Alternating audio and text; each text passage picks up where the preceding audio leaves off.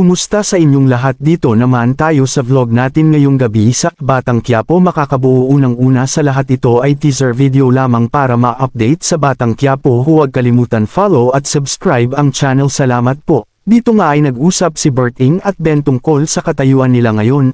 Dito nga ay dinala si Bubbles sa kaibigan niya sa trabaho. Dito ay pumasok na sila sa pinagtrabahuan nito ng kaibigan para ipakilala ito sa may-ari na si Boss B.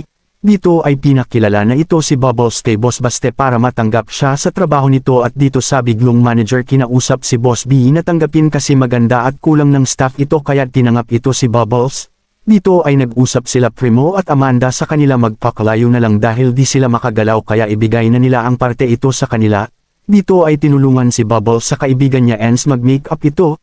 Dito dumating ang mga kasama waitress at tinuruan pa ng sayaw ito. Si Marcelo ay lumapit kay Celso kung nagsabi si Marcelo na baguhin niya ang selda ito, pero ito si Mayor ay sinabi na kung lalaya ka umalis ka na.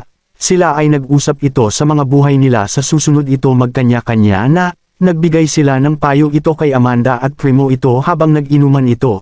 Si Bubbles ay di mapalagay sa suit niya dahil maiksi ito, di siya sanay.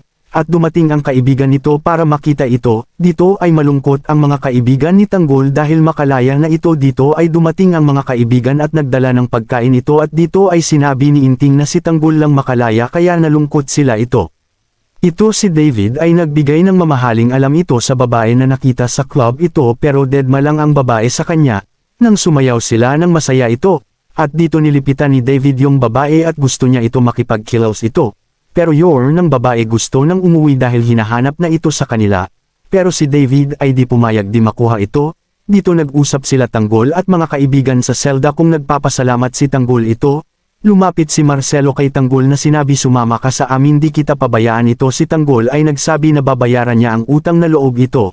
Abangan bukas sa Batang Quiapo. Huwag kalimutan follow at subscribe ang channel. Salamat.